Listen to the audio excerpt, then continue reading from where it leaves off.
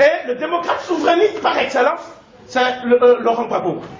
Donc, ça veut dire que l'analyse de Kouammo est tout à fait juste.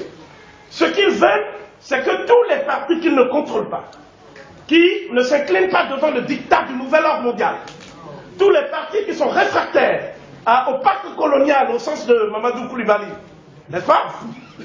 Oui, je le dis dans cette salle parce qu'il a été rudoyé un peu, ça m'a un peu choqué aussi. Bon, donc tous ces partis, tous ces mouvements sont contrôlés en fait par la France. Et c'est là le rôle du Parti socialiste. Je vais exprimer pour la première fois depuis 28 ans mon premier désaccord avec le doyen Lanciné Camara. Je dis 28 ans, j'ai presque honte. Je ne sais même pas si je dois, je tremble même. Hollande est parti dire là-bas que le régime de Ouattara est un net progrès et que la Côte d'Ivoire a changé. Oui ou non?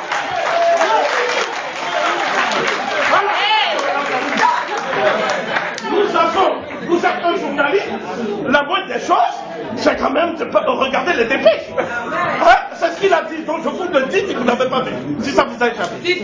Donc, il est important de savoir que tous les gouvernements et toutes les coalitions politiques en France ont toujours défendu la France-Afrique. Et ceci depuis la 4e République et même avant. Hollande ne fait pas exception à la règle. Ce qui est plus grave, c'est que dans un des points de son programme, il a dit qu'il veut débarrasser la France, de la France-Afrique. Et qu'il veut aussi traiter d'égal à égal avec les Africains. Nous sommes quasiment à mi-bilan. Vous pouvez apprécier ce que j'appellerais la politique de Hollande en France. Chacun peut le voir aisément. Certains Africains imaginent que Hollande est parti au Mali pour les sauver. Je ne sais pas si nous avons retenu les leçons de l'histoire. On me dit qu'il reste 5 minutes. Moi, je conclue toujours en 10 minutes. Donc, ce que je vais dire, c'est ceci. Lorsque Laurent Gbagbo parle d'intégration africaine, de quoi parle-t-il? Il est conscient que pour avoir une industrie agroalimentaire, pour avoir des services dignes de ce nom, pour appliquer ensemble le programme du FPI, il est important qu'il y ait un regroupement politique régional. Puisque la CEDEAO a failli, les autres organisations régionales ne sont que des chambres d'enregistrement des desiderata du colonialisme français. Par conséquent, Laurent Gbagbo, en stratège, a décidé de faire quelque chose que moi j'appelle le panafricanisme des peuples. Voilà. Il a compris que ce n'est pas au sommet, avec les syndicats de chefs d'État, qu'on peut résoudre le problème. Vous voyez bien que depuis que l'Union africaine est née à Sirte puis à Lomé, tous les problèmes sont toujours là. Il y a 2 instances qui décident. Il y a la Commission, qui est vidée de ses prérogatives. C'est pour ça qu'Alpha Konaré a été débarqué. Mais il y a aussi le sommet des chefs d'État et de gouvernement. Mais il y a une instance que vous ne connaissez pas. Et c'est ma première révélation de ce soir. Il existe, je dis bien il existe, et j'ai pu le constater à Bruxelles au cours de ma conférence intitulée « L'Union africaine est-elle un obstacle à la création des États-Unis d'Afrique ?» Depuis que j'ai fait des conférences, je n'ai jamais vu autant d'espions dans une salle. Et ils ont dit il existe ce qu'on appelle shadow office, c'est-à-dire un cabinet de l'ombre dans lequel il y a 4 représentants de l'Union européenne, 4 représentants des États-Unis d'Amérique et 2 représentants de l'Union africaine, dont certains ont discuté avec nous. Donc toutes les décisions sont bloquées à ce niveau. Pourquoi? Parce que ce sont eux qui financent l'Union africaine, à hauteur de 70%.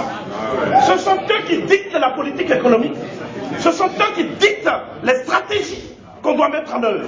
Même au niveau du cabinet des droits de l'homme, ce sont eux qui décident quels sont les pays que les ONG, qui ne sont pas si indépendantes que ça, d'accord, vont protéger et ceux que les ONG vont dénoncer.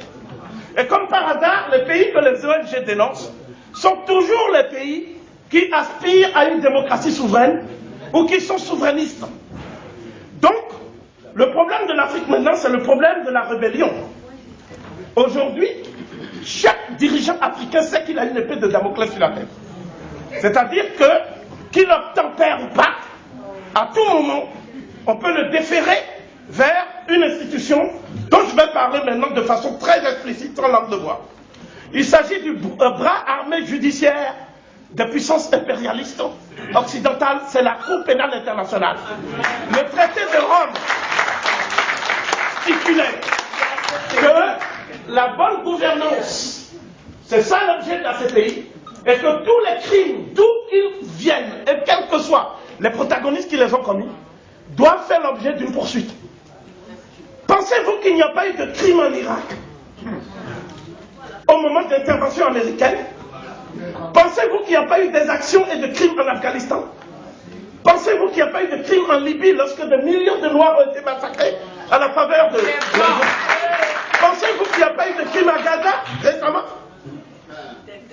D'où vient que la CPI se soit fait une spécialité de ne poursuivre que les dirigeants africains réfractaires au nouvel ordre mondial? Cette question nous amène nécessairement à anticiper sur la solution. C'est parce que la CPI ne peut pas faire déférer les ressortissants des États-Unis. C'est interdit. Les États-Unis refusent. Vous voyez, on ne peut pas être jugé parti. Vous ne pouvez pas dire qu'il faut juger. La justice internationale doit juger les autres, mais vous allez soustraire vos propres représentants aux affres de la justice internationale. C'est là où c'est biaisé. Et moi, j'y vois une faille qui peut nous permettre, si nous étions souverains, ça veut dire si nous financions nous-mêmes nos institutions internationales, qui ne nous appartiennent pas dans le fond, n'est-ce pas, qui n'appartiennent pas au peuple, en tout cas. Eh bien, moi je dis que nous devons collectivement, pas seulement le Kenya, nous devons collectivement envisager un retrait de la Cour pénale internationale au niveau de l'Union africaine.